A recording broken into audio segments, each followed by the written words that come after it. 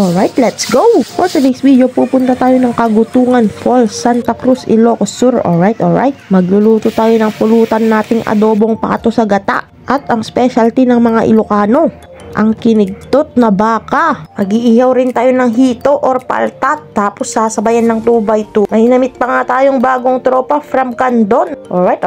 Una sa lahat, first of all, nagbiyahe tayo ng napakaaga papuntang Santa Cruz, Ilocos Sur. Malapit nga lang to, wala pang 1 hour from San Fernando, La Union. Pagkarating namin, hinuli na nga ni Mox yung pato kasi kakatayin na nila yan. After na lang kinatay, pinabuhat ko na kay Daleng kasi papaliguan na nila yung pato para mas madaling dut-dutan. Tapos after inalis yung dut-dut niya or balahibo, tinorch ko na para maalis yung mga maliliit na buhok. Then hinugasan at hiniwa ng maliliit, pulutan size lang. Tapos hinugasan ulit, tapos sinupot na namin. Alright, let's go! Malapit nga lang yung pupuntahan namin, dito lang sa Kagutungan Falls. Wala pang 15 minutes galing kila Daleng. Naglakad na nga kami. Unang nadaanan yung mahabang hanging bridge, then sumunod tong maliit bago makarating dito sa napakagandang paraiso. Malayo sa syudad na puno ng polusyon. Kumuha na nga si Bayaw Jason at si Jimar ng mga gagamitin pang ihaw sa paltat. Sumusort bay nga si Mox dyan, oh. Inasinan lang niya yung mga hito, mga kapulutan. Tapos pinapabaga lang natin yung uling. Napakagaling nga nung bayaw natin, nag-improvise ng ihawan. Ganito dito sa bundok. At ako naman, dito ako nagpwesto sa taas ng falls. Mag-i-start na tayo magluto. Una, maggigisa tayo ng luya,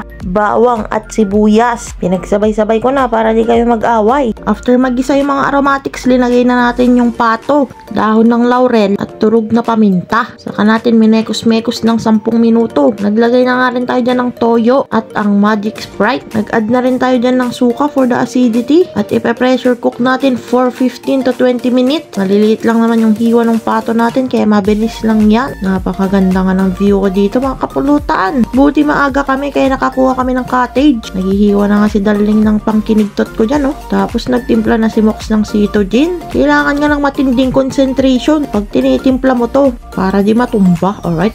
After 20 minutes nga, inalis ko na yung whistle nitong pressure cooker kasi malambot na yung ating pato. Maglalagay na tayo dyan ng sili at yung gata. Isisimmer lang natin for another 10 minutes hanggang maluto yung gata at mag-reduce yung sabaw. Ilabas ang kanin. Charot, sakto, okay na rin tong hito. Isa na lang ang kulang, ang kinigtot. Ang specialty ng mga Ilocano. Nagisa lang tayo ng luya, bawang at sibuyas. Then linagay yung papait. Titimplahan na rin natin ng asin. Di yan bitchin, ah. Then paminta. Tubig galing Kagutungan Falls. Char, mineral yun. Sili na red at suka. Papakuluin natin maigi yan, mga kapulutan. Saka ilalagay yung karne ng baka. Tinaluan din natin ng konting atay. Sa puntong to, pinatay na natin yung apoy. Kaya tinawag na kinigtot kasi ginulat mo lang yung baka. Kung sa steak to, medium rare lang ba? Dinagay na rin natin tong mga daon ng sibuyas. Solid to, boy! Specialty ng mga Ilocano dyan. Kinigtot na baka. Sa iba yung tawag dito, imbaliktad. Pero bahala ka na kung anong tawag mo, basta masarap to.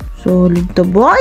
Tinikman ko na nga, grabe, napakalambot. Sumunod kong tinira itong adobong pato sa gata. Grabe, sobrang lasa. Malambot na rin, naalis na yung buto sa laman. Nauna na nga yung pulutan ko, kaya tumagay muna tayo dyan. Alright. Tapos sumunod na tumagay si Bayaw. Shout out kay Bayaw Jason na sinamahan tayo buong araw dito sa falls. Nagkatay ng pato at nag-ihaw pa ng hito. Alright. Titikman nga daw niya tong kinigtot kung pasok din ba sa panlasa ng isang Ilocano. Quality nga daw. Approve. Nag-in-napoy na nga ako kasi nagutom ako naglakad kanina. Napakasarap nga nung hito, ang tataba. Meron pa nga tayong na-meet na mga friends from Candon, Ilocos Sur. Shout out sa inyo. Naglalakad nga ako, sabi nila ang bango daw nung linuluto ko, kaya binigyan natin sila. Tapos kapalit nun, pinainom nila tayo ng alak. Ganyan ang Ilocano, mga kapulutan. Friendly. Syempre kailangan mo yan itagay as a sign of respect at pakikisama. Ganyan ang mga Ilocano. Sa mga Ilocano viewers natin dyan, pa-comment naman. Alright. After naming uminom, syempre maliligo na kami sa falls. Pero hindi kami nagpunta sa ibaba. Tumaas pa kami. Ano kaya ginagawa ni Darling doon? Bakit siya kinikilig? Grabe, ang sarap maligo. Napakalamig ng tubig. After naming naligo, syempre naglarga na kami. Mukhang si Jimar yata yung nalasing, ah. Alright. Sana nag-enjoy kayo. Follow us for more videos. Bye!